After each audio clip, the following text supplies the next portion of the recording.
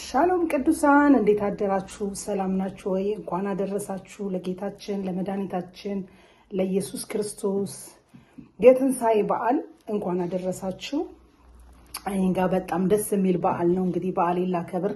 ከዛ በፊት ግን አንድ የእግዚአብሔር ቃል ሼር ላደርጋችሁ መጥቻለሁ። ምንድነው የምናከብረው? ይሄ በዓል ምንድነው በሚል ምንድነው ምናከብረውን አውቀን ማክበር ስላለብን በደንብ ተረድተነው ማክበር ስላለብን ይህንን ላሳስባችሁ ላስታውሳችሁ። እርግጥ እናንተም ታስታውሱታላችሁ፣ ሁላችንም እናስታውሰዋለን። ይህ በዓላችን የጌታችን የጌታ የኢየሱስ ክርስቶስ የትንሣኤ በዓል ነው። የትንሣኤ በዓል እንደመሆኑ መጠን ክርስቶስ ኢየሱስ ከ2000 ዓመት በፊት ያደረገልንን ለኛ ያደረገውን ስራ የምናወራበት የምናስብበት ቀን ነው እንጂ ዛሬ ተነስቷል።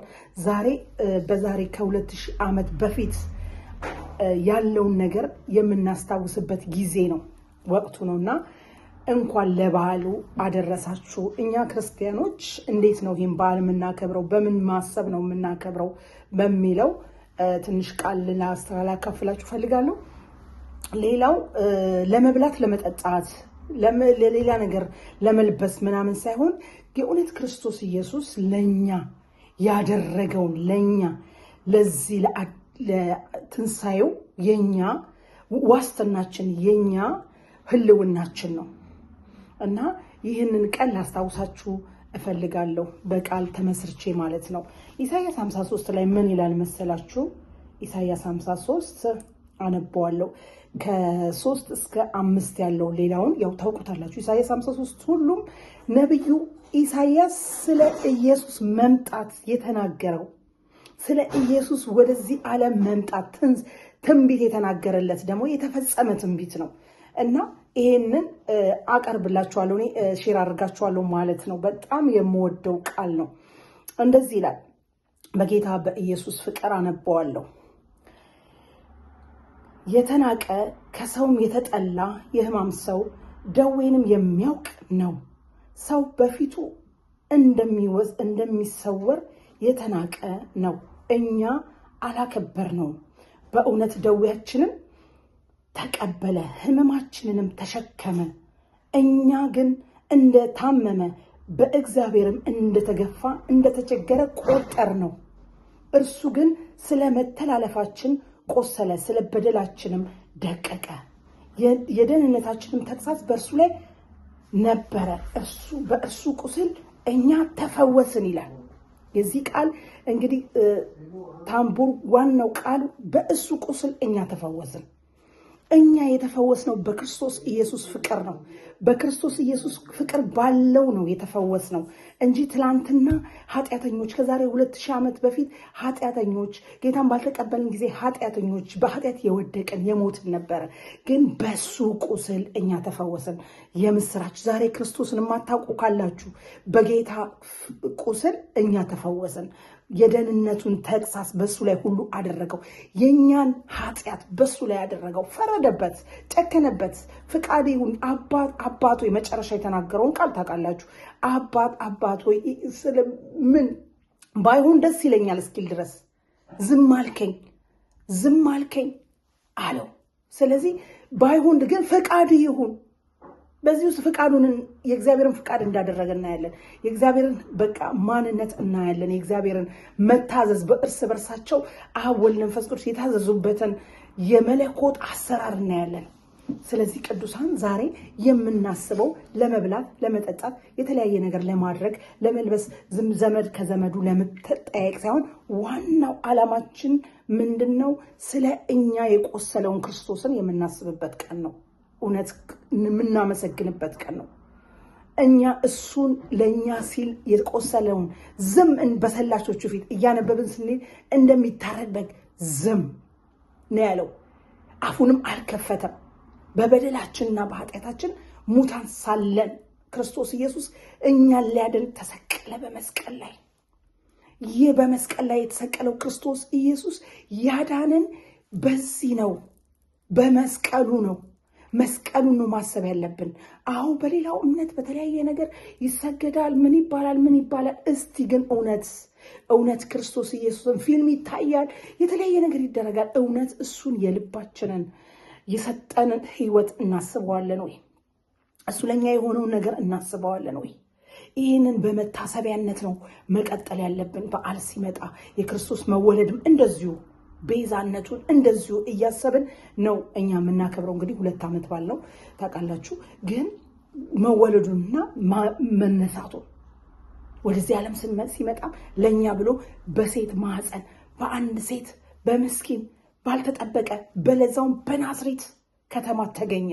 በንጉሶች በተለያየ ነገር ኢየሩሳሌም ሲጠበቅ በናዝሬት ተገኘ።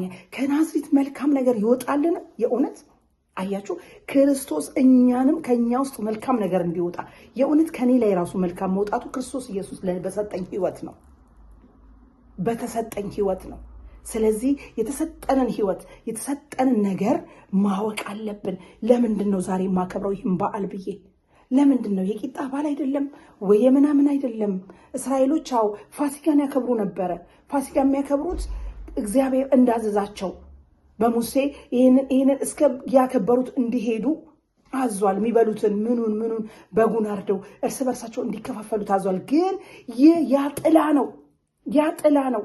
ዛሬ ላይ የክርስቶስን በጉን የታረደውን በግ የተነገረለት የትንቢትና ጥላ ነው እያደረጉት የመጡት ማለት ነው። ስለዚህ እኛም ዛሬ ቅዱሳን ይህንን አታውቁም ማለት ሳይሆን በውስጥ ያለውን አንድ ሰው ቢሰማው አንድ ሰው ደግሞ ቢያይ ወደ ህይወት ይመለሳል። ህይወትም መንገድም እሱ ነው። ከሱ በቀር ወደ አብ መግባት የለም። ሁላችን አዲስ ፍጥረት ነን። እነሆ ሁሉ አሮጌው አልፏል፣ እነሆ አዲስ ሆኗል። ስለዚህ ዛሬ አዲስ የሆንበት ክርስቶስ ኢየሱስን በተቀበልንበት ሰዓት ነው ወደ ህይወት የመጣ ነው። ቅስፈታዊ ያንን ያዳነኝ እንደገና ደግሞ ከዛሬ 2000 ዓመት በፊት ደግሞ የተደረገልኝን የኔን ምንድነው የተደረገልኝን ስራ ማሰብ እንዳለብን አስታውቃለሁ። ዛሬ ለራሴ ምነግረዋለሁ። ለምንድን ነው ዛሬ ማከብረው? ለምንድን ነው አዲስ ልብስ የለበስኩት? ለምንድን ነው የሚሄደው ሰዎች ጋር? ለምንድን ነው ሰዎች ወደ ቤት የመጠራው? ተሰባስበን አንድ ላይ የምናከብረው ለምንድን ነው ብዬ ስል ክርስቶስ ኢየሱስ ህይወት የሰጠኝ ቀን ነው። ራሱን አሳልፎ የተሰጠበት ቀን፣ ራሱን ለዓለም የሰጠበት ቀን፣ ለእኔና ለእናንተ ብቻ አይደለም፣ ለዓለም የሰጠበት ቀን ነው። ስለዚህ ሁላችሁም ዛሬ የማሳስባችሁ በመገረፉ ቁስል እኛ ተፈውሰናል። በክርስቶስ መገረፍ እኛ ተፈውሰናል። ይህን ኢሳያስ 53 ከ3 እስከ 5 ያለውን ቃል ሙሉን ብታነቡትም ምርጥ ቃል ነው። ግን ይህንን አስቡት። እርሱ ግን ስለ መተላለፋችን ቆሰለ፣ ስለ በደላችንም ደቀቀ፣ የደህንነታችንም ተግሣጽ በእርሱ ላይ ነበር። በእርሱ ቁስል እኛ ተፈወስን። በእርሱ ቁስል ተፈውሰናል። አሜን። በእሱ ቁስል ተፈውሰናል። ከዚህ ቃል የተነሳ ሌሎችም ሰዎች የሚድኑበት ቀን ይሁንልን። የሚያልፉበት ይህንን እያንዳንዱ የዓለም ሁኔታ የሚያልፉበት የሚያገኙበት ቀን ይሁንልን። ሁላችን በእሱ ቁስል ተፈውሰናል። ሁላችን በእሱ ቁስል ድነናል። እኛ ከራሳችን የሆነ ማንም የለም። ርቀን ሳለን አቀረበን፣ ወደደን፣ በአንድ ፍቅሩ ወደደን። ስለዚህ ሁላችንም ይህንን ቀን በማሰብ በማሰላሰል የምንበላውን የምንጠጣውን የምናደርገውን ሁሉ ለሱ ክብር እናደርገዋለን። ለማ ለክርስቶስ ክብር፣ እኛን ስላከበረን ማለት ነው። ክብር ለእግዚአብሔር ይሁን፣ ክብር ለአምላካችን ይሁን። ስለዚህ ዛሬ በዚህ ቃል ባርካችኋለሁ። በሱ ቁስል እኛ ተፈወሰን። አሜን። በሱ መገረፍ እኛ ተፈወሰን። በሱ ማለፍ እኛ ህይወት አገኘን። አሁን ደግሞ በአብ ቀኝ እንዳለ እያሰብን ንጉሱን ደግሞ እንደምንቀበለው እንደሚመጣ እያሰብን ይህንን ጊዜ እንቀጥለዋለን።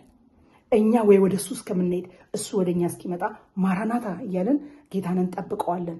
ስለዚህ ይህን ስለሰማችሁኝ በጣም አመሰግናለሁ። እንግዲህ እህትና ወንድሞቼ ይሄ እንግዲህ እንደምታውቁት አዲስ ፔጄ ነው፣ ሂዊ ድሬ በሚል ያወጣሁት ጠቃሚ ነገር ወደ እናንተ አመጣለሁ። በጊዜው በተመለከተ የሚመለከት ነገሮችን አዳዲስ ነገር ይዤ እመጣለሁ። በጣም እግዚአብሔር ያግዘኛል ብዬ አስባለሁ። ስለዚህ ሼር፣ ኮፒ ሊንክ፣ ሰብስክራይብ እያደረጋችሁ ለሌሎች እያዳረሳችሁ ፔጄን እንድታሳድጉልኝ በጌታ ፍቅር ከኔ ጋር ደግሞ ከራይ ጋር አብራችሁ እንድትሆኑ በጣም እለምናችኋለሁ በጌታ ፍቅር። አመሰግናለሁ። እናንተ ቅዱሳን የተባረካችሁ ውዶቼ ናችሁ። ቴንኪዩ። መልካም በዓል፣ መልካም የፋሲካ በዓል። ተባረኩልኝ። ሻሎም